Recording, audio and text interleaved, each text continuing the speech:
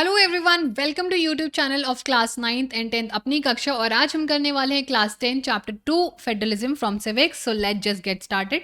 आज हम कौन कौन से टॉपिक्स कवर करने वाले हैं उसके बारे में देख लेते हैं कि फेडरलिज्म क्या होता है। फेडरलिज्म वो कौन कौन सी चीज़ों से इंडिया एक फेडरल स्ट्रक्चर बन जाता है, फेडरलिज्म को प्रैक्टिस कैसे करते हैं और डिसेंट्रलाइजेशन कैसे फेडरलिज्म को बहुत स्ट्रॉन्ग बनाता है, and lastly the conclusion. So let just get started. But before we actually get started हमें ये समझना होगा कि जो हमने पिछले चैप्टर में चीज़ें पढ़ी थी रिगार्डिंग द पावर शेयरिंग, वो हमने एक लेवल तक पढ़ी थी। आज हम उस पावर को इम्प्लीमेंट करेंगे at various level of governments. ठीक है, तो पिछले कॉन्ट्रास्टिंग एग्जाम्पल हमने किसके पढ़े थे बच्चा लोग? आपको याद होगा कि मैम हमने बेल्जियम और श्रीलंका के बारे में यहाँ पर पढ़ाई करी थी।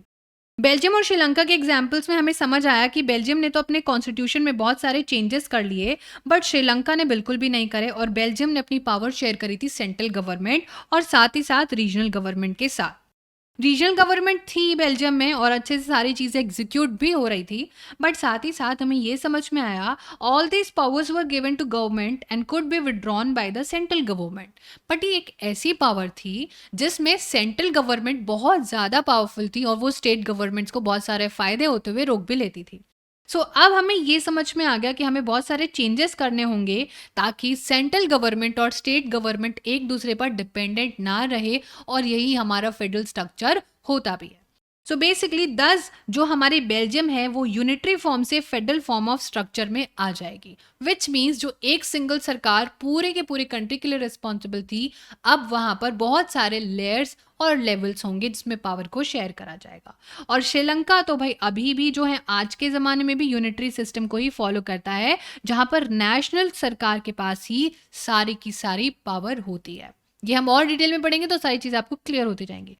तमिल लीडर्स चाहते थे श्रीलंका एक फेडरल सिस्टम बन जाए, बट उन्होंने तो ऐसा बिल्कुल होने ही नहीं दिया। तो फेडरलिज्म एक ऐसा सिस्टम ऑफ गवर्नमेंट होता है जहां पर पावर को सेंट्रल अथॉरिटी और various constituent units of the country में शेयर करा जाता है। वो एक जो है फेडरल स्ट्रक्चर होता है। फेडरल स्ट्रक्चर में 2 लेवल के गवर्नमेंट तो होते ही होते हैं, 3 भी हो सकते हैं और उससे ज्यादा भी हो सकते हैं। इंडिया में कितने, we shall be studying about that too. अगर हम देखें government for the entire country that is usually responsible, जिसके पास कुछ कॉमन नेशनल इंटरेस्ट होते हैं, बाकी सारे जो बाकी चीजें होती हैं वो स्टेट गवर्नमेंट को देखनी होती है, which are the day to day life events. तो इसीलिए जो दोनों लेवल ऑफ गवर्नमेंट होती हैं वो अपने पावर को इंडिपेंडेंटली शेयर करती हैं। तो बहुत ही स्ट्रॉन्ग एक स्ट्रक्चर गवर्नमेंट का निकल के आता है। इस सेंस में अगर बात करें तो federation contrasted with unitary government, obviously बात है बेटा लोग, यूनिटरी गवर्नमेंट मतलब एक पर्टिकुलर इंसान is the only powerful one. Federalism में बहुत सारे लोग इक्वली पावरफुल होते हैं। वन लेवल ऑफ गवर्नमेंट और द सब यूनिट और are subordinate to the central government. Unitary में सबसे ऊपर कौन होता है? सेंट्रल गवर्नमेंट, बाकी सब लोग उसके सब ऑर्डिनेट्स होते हैं। एक फेडरल स्ट्रक्चर में ऐसा बिल्कुल भी नहीं होता। फेडरल स्ट्रक्चर में जो सेंट्रल गवर्नमेंट ने एक बार कमिटमेंट कर दी तो फिर वो कमिटमेंट ऐसी नहीं है कि कोई कुछ कर नहीं सकता। ठीक है, तो फेडरल गवर्नमेंट में ऐसा नहीं कि वो सरकार को कुछ भी गाइडेंस या फिर रूल्स एंड रेगुलेशन डिस्क्राइब कर सकते हैं, और वो बिल्कुल आंसरेबल भी नहीं होता है। अब उनको अपने ट्रेड से रिलेटेड कोई डिसीजंस लेने हैं, उनको अपने एक्शन से रिलेटेड, एजुकेशन से रिलेटेड वो कुछ चीज़ें खुद कर सकते हैं। ठीक है, both these government are separately answerable to the people, but ये दोनों गवर्नमेंट अलग अलग definitely they are answerable to the people. अगर हम कुछ की फीचर्स देखें फेडरलिज्म कैसे जो है प्रैक्टिस होता है, उसके कुछ की फीचर्स आपको अलग से देखने को मिल जाएगा, that this is a federal structure. जो नंबर 1 की फीचर है वो आपका है दैट कि मैम फेडरलिज्म के 2 या उससे अधिक लेवल होते हैं। यानी कि we have state government, we have central government, we have local government, और लोकल गवर्नमेंट के भी टाइप्स होते हैं, लाइक वो अर्बन एरियाज के लिए है या फिर वो रूरल एरियाज के लिए। A different tier of government govern the same citizens, but each tier has its own jurisdiction in specific matter of legislation, taxation and administration. हर एक टायर ऑफ गवर्नमेंट की अपनी एक अलग जुरिस्डिक्शन होती है, यानी कि वो एक पर्टिकुलर एरिया को हमेशा रूल करेंगे और जो भी डिसीजन होगा वो उनका ही फाइनल होगा। जुरिस्डिक्शन की डेफिनेशन ग्लॉसरी में दी भी गई है, आप उसको एक बार चेक कर सकते हैं। जुरिस्डिक्शन हर एक लेवल की या फिर टायर की गवर्नमेंट अपने कॉन्स्टिट्यूशन में उसकी पावर स्पेसिफाई है, और कोई भी अथॉरिटी उसको इंटरवीन नहीं कर सकती क्योंकि वो कॉन्स्टिट्यूशनली गारंटेड है। ये हमारा फीचर नंबर 3। फीचर नंबर 4 है कि फंडामेंटल प्रोविजंस जो हैं हमारे कॉन्स्टिट्यूशन के, वो यूनिलैटरली चेंज नहीं करे जा सकते, कि अगर कोई सरकार चाहे तो वो चेंज नहीं कर सकती, भले ही वो मेजॉरिटी में क्यों ना हो, भले ही वो पूरे देश को क्यों ना चला रही हो। और ये सारे के सारे अगर चेंजेस करने हैं तो हमें दोनों ही लेवल की गवर्नमेंट का कंसेंट चाहिए होता है, तो यहाँ पर कोई और तरीके की गवर्नमेंट अप्लाई नहीं करी जा सकती। फिफ्थ जो हमारा की फीचर है वो है कि कोर्ट के पास आखिरी में पावर होती है, वो अपने कॉन्स्टिट्यूशन को इंटरप्रिटेट भी कर सकते हैं और पावर्स को दोबारा डिफाइन भी कर सकते हैं अलग अलग लेवल्स की। हाईएस्ट कोर्ट ऑर्डर, अगर किसी के बीच में different different level of government के बीच में अगर डिस्प्यूट आ जाता है तो उसको सॉल्व करते हैं supreme court. Source of revenue each level की डिसाइड होती है, क्लियरली स्पेसिफाइड होती है अपनी फाइनेंशियल ऑटोनॉमी, कौन कितना पैसा कहाँ पर खर्च करने वाला है, that is already decided by the entire level of government. अगर हम सेवन फीचर की बात करें तो सेवन फीचर तो हमें ये कहता है कि फेडरल स्ट्रक्चर के तो दो ऑब्जेक्टिव्स होते हैं। पहला ऑब्जेक्टिव ये है कि वो तो लोगों की यूनिटी को सेफगार्ड और प्रमोट करता है, और दूसरा फीचर ये है कि वो रीजनल डाइवर्सिटी को अकोमोडेट करता है। Let us just consider Meghalaya, Assam, दोनों की रीजनल डाइवर्सिटी बिल्कुल अलग है, लोगों की डिमांड्स अलग है, रिसोर्सेज का डिवीजन अलग है, और जो भी यहाँ पर डिमांड और सप्लाई का डिफरेंस है वो भी बिल्कुल अलग है। सो पर्टिकुलरली वही लोग डिसाइड कर पाएंगे जो वहां पर एक्चुअल में उस चीज को फेस कर रहे हैं, राइट। सो इसीलिए दो एस्पेक्ट्स बहुत ज़्यादा ज़रूरी है किसके लिए, फेडरलिज्म को। तो गवर्नमेंट डिफरेंट लेवल पर होना बहुत ज़रूरी है, और एटलीस्ट इंडिया जैसी कंट्री जो कि बहुत डाइवर्स है बहुत ही यूजफुल है। सो इसीलिए दोनों को एक दूसरे पर ट्रस्ट भी करना है और एक एग्रीमेंट के तहत चलना भी है। सो हम ये भी कह सकते हैं कि एक आइडियल फेडरल स्ट्रक्चर में म्यूचुअल ट्रस्ट और एक दूसरे के साथ साथ रहने का एक एग्रीमेंट होना चाहिए। अगर हम एग्जैक्ट बैलेंस ऑफ पावर की बात करें तो सेंट्रल और state government varies from one state to another. Obvious सी बात है बच्चे लोग, बहुत सारी अगर हम देशों का इतिहास देखें तो हर किसी का इतिहास अलग अलग है, और अगर हम यहाँ पर इंडिया का कंपैरिजन करें तो हिस्टोरिकल कंटेक्स्ट में हमारी कुछ ऐसी स्टेट है जो बहुत पावरफुल है और कुछ ऐसी स्टेट है जो बहुत ही छोटी सी हैं। तो यहाँ पर दो फेडरलिज्म को फॉलो करने के लिए दो रास्ते हैं जो कि फॉलो करे जाते हैं। पहला रास्ता अगर देखें यहाँ पर, क्योंकि दो तरीके के रास्ते, द फर्स्ट रूट जिसमें इन्वॉल्व होता है independent state coming together on their own to form a bigger unit. Basically अगर हम यहाँ पर इसको बहुत क्लियरली समझना शुरू करें तो एक सर्कल है और जिसके अंदर सारी की सारी स्टेट आ जाती हैं। This is more like a coming together federation. But साथ ही में नीचे हमें क्या लिखा है कि मैम जो हमारी दूसरी टाइप की होती है that is more like coming together, जिसमें से मैम हमें ऐसा वाला स्ट्रक्चर थोड़ा सा जस्टिफाइबल लगेगा कि जैसे सारे के सारे स्टेट्स इंडिपेंडेंट तो हैं बट कनेक्टेड हैं। आपको देखने को मिलेगा कमिंग टुगेदर में यूएस, स्विट्जरलैंड और ऑस्ट्रेलिया आ जाएंगे। जो हमारा दूसरा वाला होता है बच्चे लोग, वो कैसा होता है, जो दूसरा रूट होता है वो होता है constituent state national government, India, Spain and Belgium इसका एग्जांपल है, जिसको होल्डिंग टुगेदर फेडरेशन कहते हैं, जहाँ पर सेंट्रल गवर्नमेंट थोड़ी ज़्यादा पावरफुल होती है बिकॉज ऑफ द हिस्ट्री। वहाँ पर थोड़ा कंट्रोल सेंट्रल गवर्नमेंट को ज़्यादा दिया जाता है। ये भी हम और डिटेल में पढ़ेंगे क्योंकि कुछ यूनिट्स को ज़्यादा स्पेशल पावर देनी पड़ती है। अब नेक्स्ट टॉपिक स्टार्ट करते हैं, what makes India a federal country. India को कौन सी वो चीज़ें जो एक फेडरल स्ट्रक्चर बनाती हैं। जैसे कि हमने देखा बेल्जियम और श्रीलंका काफ़ी सारी प्रॉब्लम्स बहुत ज़्यादा फेस कर रही थी अपनी डाइवर्सिटी को मेंटेन करने के लिए। ऐसे में इंडिया का क्या होगा जहाँ पर लोग इतनी सारी भाषाएं बोलते हैं, अलग अलग धर्मों को और अलग अलग रीजन से बिलोंग करते हैं। यहाँ पर तो फिर बहुत ही बड़ा चैलेंज होना चाहिए। बट हमारे पॉलिटिशियंस ने हमारे पॉलिटिकल इंस्टीट्यूशन को काफ़ी बारीकी से समझा और एक्शंस लिए। इंडिया जब से एक इंडिपेंडेंट नेशन बना है बहुत ही पेनफुल और ब्लडी पार्टीशन हम लोगों ने देखा था, बट बहुत सारे प्रिंसली स्टेट को अपनी कंट्री में स्टेट बनाने के लिए कॉन्स्टिट्यूशन ने इंडिया को act of union of states बनाया है। ऑल दो India union is based on the principle of federalism, हम पूरा का पूरा यहाँ पर फेडरेशन वर्ड को यूज नहीं करते बट फेडरलिज्म पर पूरा बेस्ड है। अगर हम यहाँ पर समझें जो हमारा कॉन्स्टिट्यूशन है वो ओरिजिनली दो तरीके की गवर्नमेंट को ही एम्फोसाइज करता था। One was union government, other one was the central government. But eventually later we realize कि हमें एक third tier of federation भी चाहिए होगा, which means कि मैम हमें म्यूनसिपैलिटीज और पंचायत के फॉर्म में वो चीज़ दिखी जिसको हम लोकल सेल्फ गवर्नमेंट भी कहते हैं। Constitution clearly 3/4 distribution of legislative power define करता है between the union and the state government. ये ऐसा इसलिए करा गया क्योंकि लोकल लेवल की बातें कोई सुन ही नहीं रहा था और उनके जो डीप रूटेड प्रॉब्लम्स थे वो अभी तक प्रॉब्लम्स ही बने हुए थे। सो इसीलिए एक लिस्ट भी बनाई गई ताकि और ज़्यादा फेडरलिज्म को प्रैक्टिस करा जाए और इंडिया एक फेडरल स्ट्रक्चर बन के आए। यूनियन लिस्ट जिस पे सेंट्रल गवर्नमेंट रूल करेगी, स्टेट लिस्ट जिस पर आपकी स्टेट गवर्नमेंट रूल करेगी, एंड कॉन्करेंट लिस्ट कुछ ऐसे मुद्दे जिस पर दोनों मिलकर डिसीजंस लेंगे, so that there is a form of power sharing always and always. तो एक बार हम यूनियन लिस्ट के बारे में यहाँ पर देखते हैं। यूनियन लिस्ट की बात करें तो इसमें कुछ ऐसे सब्जेक्ट होते हैं, for example national importance, defence of the country, foreign affairs, banking, communication and currency. ये कुछ बहुत इंपॉर्टेंट इश्यूज होते हैं जिस पर 2-4 लोगों के ओपिनियन डिफर करेंगे, बट इसमें डिले बहुत ज़्यादा प्रॉब्लम क्रिएट करेगा। सो ये क्या है, ये हमारे फर्स्ट लिस्ट में आ जाता है और इन पर एक यूनिफॉर्म पॉलिसी हमें चाहिए होती है पूरी कंट्री के लिए। Obviously we need only rupees, right. अगर हर एक स्टेट अपना अलग अलग पैसा छापने लगेगी तो जो हमने चैप्टर 1 पढ़ा था rise of nationalism in Europe वाली प्रॉब्लम हो जाएगी। 28 डिफरेंट टाइप्स ऑफ करेंसीज हमारे पास हो जाएंगी, जो कि हमारी चीज़ों को और डिफिकल्ट बनाएगा और हमारे को इनइक्वालिटी भी देखने लगेगा। ठीक है, तो यूनियन गवर्नमेंट अलोन इस पूरे के पूरे सब्जेक्ट में जो भी अभी मेंशन्ड है, जैसे कि डिफेंस, ये सारी चीज़ें उसमें खुद डिसीजंस लेगी और अपनी एक यूनियन लिस्ट बनाएगी। Now come state list. Obviously different list है, स्टेट हमारे पास बहुत सारी हैं, उसमें अलग अलग सब्जेक्ट्स हैं। For example police, trade, commerce, agriculture and irrigation. For example if you consider Rajasthan police, UP police, Bihar police, Jharkhand police, Orissa police, हर किसी की जो अपनी रूल्स एंड रेगुलेशंस है वो अलग है और यहाँ पर अपने पुलिस ऑफिसर्स को, एडमिनिस्ट्रेशन को अलग रूल्स रेगुलेशन बताए दिए जा सकते हैं। उनकी सैलरी, उनकी सब कुछ अलाउंसेस, सब कुछ डिसाइड करेगी state government. There will be no interference from the central government. तो इसको कौन मैनेज करता है बच्चों लोग? ये मैच दी फॉलोइंग में आया हुआ प्रीवियस ईयर क्वेश्चन बहुत इंपॉर्टेंट है। इसको स्टेट लिस्ट, यानी कि जो भी स्टेट की गवर्नमेंट होगी वही। फिर आ जाती है कॉन्करेंट लिस्ट। ऐसी भी कुछ कॉमन चीजें होती है जहां पर दोनों लोगों का ओपिनियन चाहिए होता है, उसमें यूनियन और स्टेट गवर्नमेंट मिलकर डिसीजंस लेती हैं। For example education, forest, trade unions, marriage, adoption and succession. अब एजुकेशन का एग्जांपल ले लेते हैं। Different kinds of boards are there. अब ऐसा तो नहीं है कि सीबीएसई सिर्फ सेंट्रल गवर्नमेंट जहां पर होती है, यानी कि सिर्फ दिल्ली में, चंडीगढ़ में ये भी पढ़ेंगे तो सिर्फ वहां पर ही सेंट्रल गवर्नमेंट के रूल्स अप्लाई होते हैं, ऐसा तो बिल्कुल भी नहीं है। बल्कि पूरे इंडिया में सीबीएसई के रूल्स एंड रेगुलेशन अप्लाई होते हैं।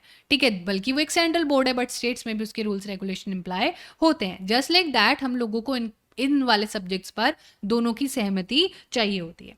Both the union as well as the state government इस पे कानून बनाएंगी, जो कि अभी हमने जिनके एग्जाम्पल पढ़े। अगर मैम यहाँ पर कुछ भी कॉन्फ्लिक्ट आ जाता है दोनों के बीच में, तो जो यूनियन गवर्नमेंट ने कमिटमेंट कर दी वही प्रिवेल होगा, उसके को चैलेंज नहीं करा जा सकता। बट आपके दिमाग में सवाल एक बहुत ही अच्छा आ रहा होगा कि मैम अगर हमारा सब्जेक्ट कोई ऐसा इशू है जो इनमें से किसी भी लिस्ट में डिफाइन नहीं हो रहा है, तो वो किधर आएगा? ऑब्वियस रीजन है, जब संविधान बन रहा था तो कुछ ऐसे इश्यूज थे जो उस समय एग्जिस्ट ही नहीं करते थे, जिनमें से हमको सॉफ्टवेयर एंड क्राइम से, साइबर क्राइम से रिलेटेड चीजें नहीं होती थी। According to our constitution, unitary government has a legislate on residuary subject. Residuary मतलब बचे हुए सब्जेक्ट्स के लिए एक रेसिडुअरी लिस्ट भी होती है। So basically we have 4 list, और ये चारों लिस्ट जो है हमें किस चीज के बारे में बताती है? ये हमें बचे हुए सब्जेक्ट्स के बारे में बताती है, related to computer software, cyber crime etcetera. So ये चीजें तो हमें ये समझ में आ गई कि मैम होल्डिंग टुगेदर अगर इक्वल जो है पावर नहीं देती है तो ये तो बहुत अच्छी बात है, बल्कि ma'am state in the union do not have identical power, और उनके पास आइडेंटिकल पावर भी नहीं होती है, जैसे कि हमें थोड़ी स्पेशल पावर देनी पड़ती है। ठीक है, तो सेंट्रल गवर्नमेंट, जैसे कि हमारे पास कुछ ऐसे इश्यूज हैं मे बी जो किसी वर्ल्ड में और कंट्री में एग्जिस्ट नहीं करते होंगे, बट हमारे यहाँ पर करते हैं, जैसे कि असम, नागालैंड, अरुणाचल प्रदेश एंड मिजोरम। और कुछ आर्टिकल्स भी हमारे पास बहुत स्पेशल है जो कि अभी थोड़े हटा दिए गए हैं, but still there is a problematic situation, जो कि इंडिया की हिस्ट्री और उसके सोशल प्रॉब्लम्स को देख के बहुत ही यूनिक भी है। तो इसीलिए स्पेशल पावर्स इंजॉय करे जाती हैं ताकि लोगों के प्रोटेक्शन हो सके, वहाँ की ज़मीन को कोई खरीद ना सके, और उनका कल्चर और उनकी गवर्नमेंट सर्विसेज में थोड़ी बहुत यहाँ पर रिप्रेजेंटेशन भी रहे। तो इंडिया में जो लोग परमानेंट रेसिडेंट नहीं है of this state can not buy land or house there. Similar special provision exist for some of India state as well. तो हमें इसीलिए ये प्रोविजन भी दिया गया है that state do not have actual control of everything, और central के पास भी बहुत ज़्यादा पावर ना हो। सो इसीलिए हमारे पास यहाँ पर कुछ ऐसी यूनिट्स है बच्चे लोग जिनके पास ज़्यादा पावर नहीं होती है, जिनमें से कुछ ऐसी हम स्टेट के, ये यूनियन टेरिटरीज उनको नाम देंगे, जिनके बारे में बात करेंगे, जो बहुत ही छोटी थी आज़ादी के समय और वो एक स्टेट भी नहीं बन सकती थी, इसीलिए उनको जो एग्जिस्टिंग स्टेट के साथ नहीं मिलाया जा सकता था। जैसे कि चंडीगढ़, लक्षद्वीप और हमारी capital city even new Delhi also, जिनको हम यूनियन टेरिटरी कहते हैं। ये टेरिटरी बिल्कुल भी अपनी पावर स्टेट के साथ शेयर नहीं करती और यहाँ पर जो भी प्रोविजंस होते हैं स्पेशल, वो रन करे जाते हैं सेंट्रल गवर्नमेंट के द्वारा। क्योंकि मैम दिल्ली, चंडीगढ़ और ये लक्षद्वीप जैसी जो यूनियन टेरिटरीज हमारे आसपास हैं, ये बहुत ही छोटी हैं कि इनको एक बहुत बड़ा राज्य बनाया जाए, या फिर इनकी जो पॉपुलेशन है एरिया वाइज वो बहुत ज़्यादा, अब तो ऑब्वियसली बढ़ गई, बट जब ये बनाया गया तो इनको एक स्पेशल प्रोविजन दिया गया था। ये वाला पावर शेयरिंग का जो पूरा मेथड है गवर्नमेंट और स्टेट गवर्नमेंट में, ये बेसिक स्ट्रक्चर हमारे संविधान में गिवन है और ये बहुत ज़्यादा इजी, इसमें हम चेंजेस नहीं लगा सकते हैं। The permanent can not change its own arrangement, parliament इसको, इस अरेंजमेंट को बिल्कुल चेंज नहीं कर सकता, ये कॉन्स्टिट्यूशन में डिफाइंड पावर्स हैं। और अगर कोई चेंज करना भी है तो दोनों हाउसेस को उसमें मेजोरिटी 2/3 2/3 ऑफ मेजोरिटी लेके पास करना होगा। ऐसा अब तक कुछ करा नहीं गया ऑल दो, और अगर यहाँ पर इस चीज़ में कुछ भी लेजिस्लेचर को लगता है तो वो उसको चैलेंज भी कर सकते हैं। और अगर जुडिशरी को लगता है कि जो है कुछ भी इम्प्लीमेंटेशन संवैधानिक तौर पर नहीं हो रहा है, उनके प्रोसीजर्स गलत हैं, तो ऐसे में अगर डिस्प्यूट हो जाता है तो हाई कोर्ट और सुप्रीम कोर्ट डिसीजन बनाते हैं। Union state government have the power to raise resource by levying taxes in order to carry the government and the responsibility assign to each one of them. और अपना खर्चा चलाने के लिए वो लोगों से टैक्स की भरपाई कर सकते हैं, central government as well as the state government, and that is why we have central tax as well as state tax. Okay, चलो now let us look at the next topic, that is India में federalism कैसे practice होता है। ठीक है, तो अगर practice की बात करें तो बहुत सारे जो हमारे कॉन्स्टिट्यूशन में प्रोविजंस है वो हमारे फेडरल स्ट्रक्चर को नेसेसरी तो है बट सफिशिएंट नहीं है, इसको और ज़्यादा पढ़ते हैं। The real success of federalism in India can be attributed to the nature of democratic politics in our country. हमारे यहाँ पर जो लोकल लेवल पर चीज़ें हैं ना, उनको और ज़्यादा स्ट्रॉन्ग करने के लिए हमें अपने स्पिरिट को और हाई करना पड़ेगा। और ऐसे में फेडरलिज्म के स्पिरिट को जिंदा रखने के लिए, लोगों की डाइवर्सिटी को रिस्पेक्ट करने के लिए, लोग आपस में अच्छे से रहें, तो हमने और भी सारी चीज़ें प्रैक्टिस करी, और जिनमें से सबसे पहला एग्जाम्पल है लिंग्विस्टिक स्टेट्स। हमने सबसे पहले टेस्ट करा लैंग्वेज, हमने लैंग्वेज के आधार पर फेडरलिज्म, यानी कि हर एक कंट्री को, हर एक स्टेट को अलग लैंग्वेज दी, लैंग्वेज के बेसिस पर स्टेट बनाया, ताकि हर एक इंसान की जो फीलिंग्स हैं, जो भी उसकी डाइवर्सिटी है, एथनिसिटी है, उसको सपोर्ट कर पाए। सो इंडिया में फर्स्ट और मेजर टेस्ट ही था किस चीज़ का, डेमोक्रेटिक पॉलिटिक्स का। अगर हम इंडिया की जर्नी देखें जो कि 1947 में बिगेन हो गई थी आफ्टर इंडिपेंडेंस, तो आप ये मैप देख सकते हो अपनी स्क्रीन पर कि 1947 में कैसा दिखता था। अलग अलग प्रोविंसेस में पूरा भारत यहाँ पर आपको देखने को मिलेगा। Hyderabad was there, Bihar, Orissa, Mysore, entire Mysore, Madras was like huge. But if you look at 2019 का यहाँ पर मैप, तो आपको समझ आएगा कि कैसे फेडरलिज्म को और स्ट्रॉन्ग करा गया, पावर को डिवाइड करके बहुत सारी स्टेट्स बना के। यहाँ तक कि एरिया और बाउंड्रीज और वो सारे नाम वगैरह भी चेंज करे गए, ताकि वो एक जगह के लोगों को ज़्यादा रिप्रेजेंट करे।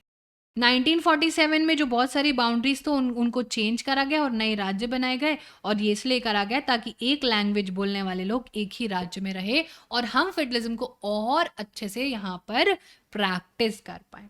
Some states were created not on the basis of language but to recognize difference based on culture। और कुछ ऐसे राज्य भी थे जो कल्चर, एथनिसिटी, उनकी ज्योग्राफी को देख के बनाए गए, जैसे कि नागालैंड, उत्तराखंड एंड झारखंड।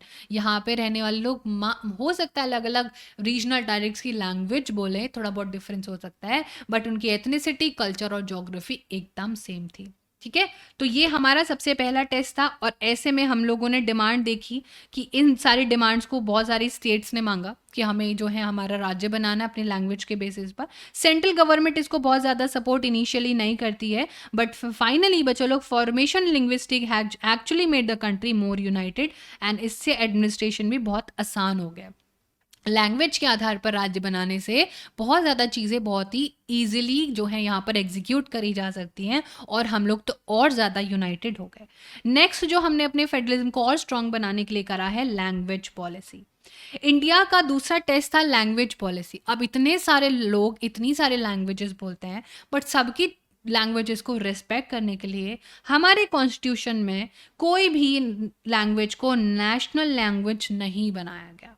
हिंदी ऑल दो ऑफिशियल लैंग्वेज इसको बनाया गया। हिंदी हमारे 40% इंडियंस हिंदी लैंग्वेज बोलते हैं। Therefore, there were many safeguards to protect our language. Besides Hindi, there are 21 other languages recognized as scheduled languages by the Constitution. In total 22, always count Hindi with 21 which counts for 22। और हमारी government, central government की बहुत सारी यहाँ पर examination भी इन सारी languages out of 22 languages में होते हैं, ताकि सब लोगों को इक्वल अपॉर्चुनिटी मिले। For example, if you wish to participate in any UPSC exam, you will find 22 languages and you can write your exam in that particular language so that there is share equality. Okay? Now ये सारी government अपने अपने languages में, official language जो भी उस state की होगी उस लैंग्वेज में काम कर सकते हैं। Like for example Gujarat people can work in with Gujarati language, है ना, तमिल लोग तमिल लैंग्वेज में, and etcetera etcetera. Unlike Sri Lanka जहाँ पर बिल्कुल भी ये लोग तो एटीट्यूड दिखा रहे थे कि हम लोग तो सिन्हाला को ही सब कुछ करेंगे, तो ऐसे में बच्चे लोग, बहुत सारे लोगों को ये भी प्रॉब्लम हुई कि हिंदी उनको बोलना बिल्कुल पसंद नहीं था, एंड मेजर ये सदर्न इंडिया की स्टेट्स में हुआ। तो according to constitution English language official purpose 1965 तक रुकने वाली थी, बट उसको इतना ज़्यादा सपोर्ट मिला कि वो आज एक ऑफिशियल लैंग्वेज है। So we have 2 official language, Hindi and English both. तो सेंट्रल गवर्नमेंट ये देखते हुए कि बहुत सारे लोग यहाँ पर अपनी डोमिनेंस को बोल रहे थे, यहाँ तक कि तमिलनाडु में तो एक पूरा का पूरा आंदोलन भी हुआ इसके खिलाफ, तो उन्होंने बोला कि ठीक है, हमें कोई प्रॉब्लम नहीं है, हम इंग्लिश और हिंदी दोनों को ऑफिशियल पर्पस के लिए रख लेते हैं। बहुत सारे लोगों ने इसको क्रिटिसिज्म करा कि इंग्लिश स्पीकिंग तो ब्रिटिशर्स, अंग्रेज छोड़ के गए थे and all that, but obviously बच्चों लोग, सरकार इस चीज़ का प्रमोशन करी, इसका मतलब नहीं कि वो उसको विश्वास भी करती है। सो इसीलिए बच्चों लोग जो भी लैंग्वेज जहाँ के लोगों को बोलनी है वो बोल सकते हैं, और फ्लेक्सिबिलिटी इंडियन पॉलिटिकल लीडर्स ने दिखाई, और उन्होंने किसी को भी ऑफिशियल लैंग्वेज आज तक नहीं बनाया। नाउ द नेक्स्ट चीज जो हमारे फेडरलिज्म को और स्ट्रॉन्ग बनाती है, दैट इज सेंट्रल स्टेट के रिलेशन। अब ये जो पूरे के पूरे रिलेशन है, फेडरलिज्म इससे और ज्यादा स्ट्रॉन्ग बनता है। स्टेट गवर्नमेंट कोई भी पावर अपनी मनमर्जी से एक्सरसाइज नहीं कर सकती है, ठीक है, क्योंकि central government try to undermine the power of the state. पहले क्या होता था कि सेंट्रल गवर्नमेंट अगर चाहे तो राज्य की सरकार को गिरा भी सकती थी, जिसकी वजह से बहुत सारी प्रॉब्लम क्रिएट होती थी, जिसकी वजह से यहाँ पर कॉन्स्टिट्यूशन का बहुत ज़्यादा मिसयूज होता था। स्टेट गवर्नमेंट उनको जो है कंट्रोल कर देती थी और उनकी पार्टी को गिरा भी देती थी, उनकी सरकार को गिरा देती थी। बट आफ्टर 1990 ये पूरी की पूरी पिक्चर चेंज हो गई, क्योंकि यहाँ पर बहुत सारी रीजनल पॉलिटिकल पार्टी बहुत सारी स्टेट से आने लग गए और वो कोलिशन गवर्नमेंट बनाने लग जाती at the centre. So basically क्या होता है कि बहुत सारी पॉलिटिकल पार्टी सेंट्रल गवर्नमेंट में भी पावर को शेयर करने लगती है, तो अब उनकी सरकार नहीं गिरती है। और ये नया इन्वेंशन ये था कि कोई भी सिंगल पार्टी अगर उनको क्लियर मेजोरिटी मिलती है, तो वो national party had to enter into alliance with many parties including several regional party to form the government. अब कोई भी सिंगल पार्टी गवर्नमेंट नहीं बना पाएगी, बल्कि उनको बहुत सारे लोगों से सपोर्ट लेना पड़ेगा। अब इसके वजह से एक नया कल्चर ही शुरू हो गया पावर शेयरिंग का, और लोगों की अब और ज्यादा रिस्पेक्ट बढ़ गई स्टेट गवर्नमेंट को लेकर, और वो उनको खुश करने के लिए कुछ भी करने को रेडी होते थे। ये सारी ट्रेंड इतनी ज़्यादा यहाँ पर सपोर्ट हुई कि मेजर जजमेंट जो सुप्रीम कोर्ट से आई, वो भी यहाँ पर central government to dismiss state government in arbitrary manner को बैन कर देती है, कि ऐसा नहीं कि जब चाहे सेंट्रल गवर्नमेंट स्टेट गवर्नमेंट को गिरा दे, ऐसा करना बिल्कुल गैर कानूनी हो गया। फेडरल पावर को sharing more effective today than it was in the early years of the constitution. आज जिस तरीके से फेडरलिज्म हम शेयर करते हैं तो बहुत ही स्ट्रांग है, बल्कि जो हमने यहाँ पर शुरू किया था। और अगर आप देखो तो यहाँ पर 22 लैंग्वेजेस आपको देखने को मिलेंगी। हमारे 8 शेड्यूल में जिक्र करा गया है इन शेड्यूल लैंग्वेजेस का, जिनमें से इंग्लिश का जिक्र नहीं है, ठीक है। ये 22 लैंग्वेजेस आपको आपकी स्क्रीन पर दिख रही हैं। इंडिया परहैप्स बहुत ही डाइवर्स कंट्री है। हमारी 2 ऑफिशियल लैंग्वेज हैं जिनमें बेसिकली एडमिनिस्ट्रेटिव काम इंग्लिश और हिंदी दोनों में ही होता है। अगर हम अपना लास्ट टॉपिक देखें, that is decentralization in India. तो डिसेंट्रलाइजेशन क्या होता है, बेसिकली पावर को और ज्यादा लोकल लेवल तक भी शेयर करा जाएगा, और ज्यादा शेयर करा जाएगा। Federal form of government have 2 और मोर टायर ऑफ गवर्नमेंट, ठीक है। ये तो हमने अभी तक पढ़ लिया कि फेडरल स्ट्रक्चर में 2 या उससे ज्यादा पावर होती है, ठीक है। बट इंडिया जो कि इतना ज़्यादा डाइवर्स कंट्री है, ये 2 टायर से काम नहीं चला पा रहा था। इंडिया की खुद के स्टेट्स कुछ इंडिपेंडेंट कंट्री से भी बड़ी हैं यूरोप की। जैसे कि अगर हम पॉपुलेशन देखें उत्तर प्रदेश की रशिया से भी ज़्यादा है, महाराष्ट्र की अगर देखें तो जर्मनी से भी ज़्यादा है, और ऐसी बहुत सारी स्टेट हैं जो इंटरनली भी बहुत ज़्यादा डाइवर्स हैं, जहाँ पर लोग अलग अलग भाषा ही बोलते हैं। तो ऐसे में हमें लगा कि हमें और ज़्यादा एक और टायर की ज़रूरत है, और इंडिया को ऐसी ज़रूरत मिली 3rd टायर ऑफ गवर्नमेंट, जिसको लोकल गवर्नमेंट के नाम से जाना जाता है। तो इंडिया में फेडरल स्ट्रक्चर 3 टायर में फॉलो होता है। अगर कहीं पर 2 टायर का हो रहा है तो it's well and good, but India में it is of 3 tyre.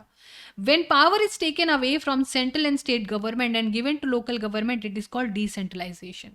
Decentralisation क्या होता है? जब लोकल गवर्नमेंट से और स्टेट गवर्नमेंट से पावर लेके थोड़ी लोकल लेवल तक दे दी जाए तो उसको डिसेंट्रलाइजेशन कहते हैं। ये एक बेसिक आइडिया है। बहुत सारी प्रॉब्लम्स आ रही थी तो फिर सॉल्यूशन ढूंढना था। लोगों को लगा कि उनकी जो प्रॉब्लम्स है उनकी नॉलेज सिर्फ लोकल लोगों को ही है, बाकी सेंटर और स्टेट उनकी प्रॉब्लम को समझ ही नहीं पा रहे हैं, और जो भी उनको यहाँ पर अगर पैसा मिलेगा तो वो उसको अपने हिसाब से मैनेज कर पाएंगे और उसको इफिशिएंटली यूज कर पाएंगे। और लोकल लेवल पर इन सब के अलावा ये भी पॉसिबल होगा कि लोग डिसीजन मेकिंग में डायरेक्टली पार्टिसिपेट कर पाए, तो इससे अच्छा और क्या हो सकता है।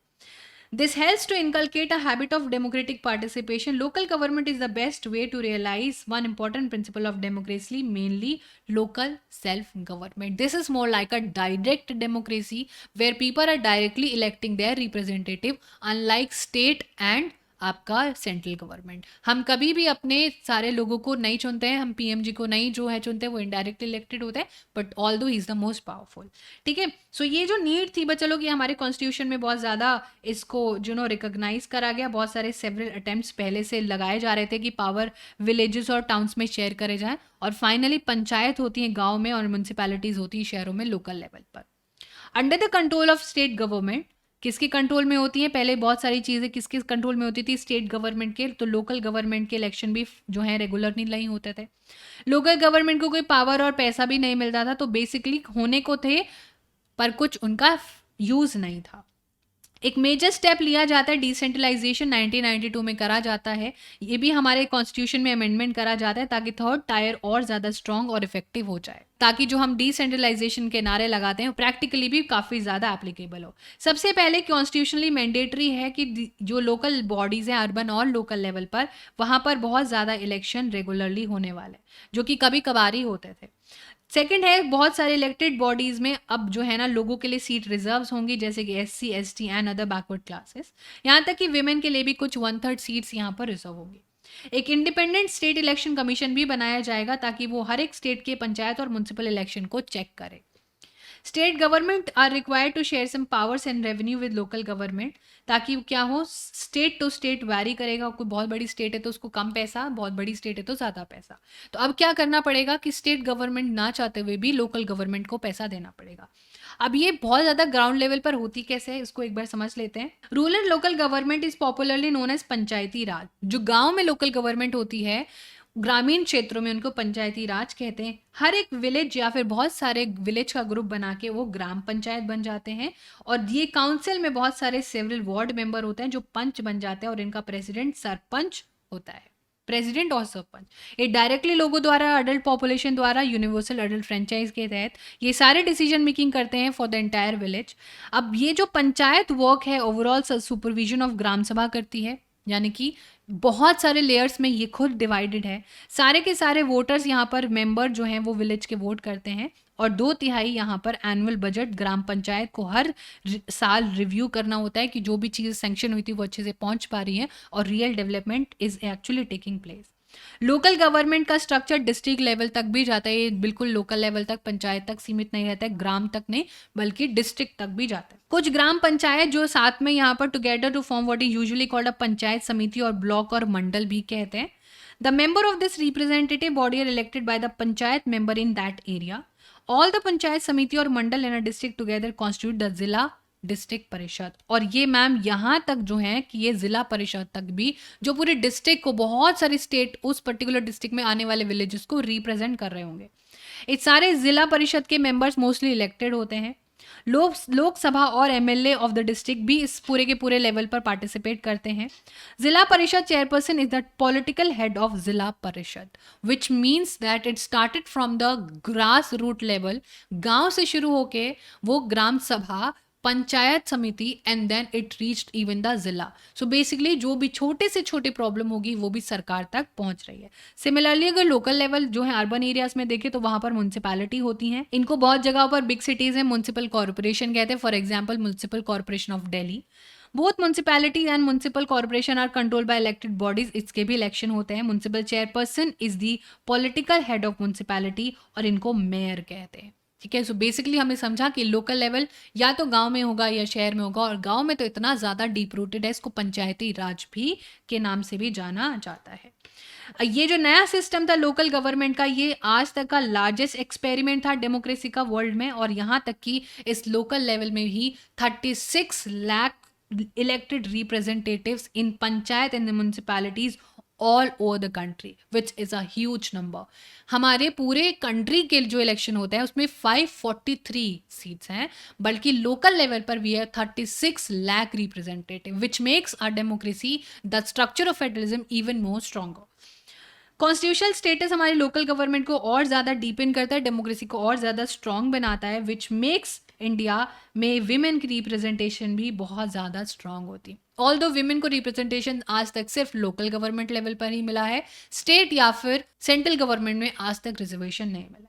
बट ये सारी डिफिकल्टीज फेस करते करते हमें जो है इलेक्शन रेगुलरली होने लगते हैं। ग्राम सभा अभी भी इतना ज़्यादा रेगुलरली जो है हेल्ड नहीं होती हैं, अभी भी बहुत सारे प्रॉब्लम हैं।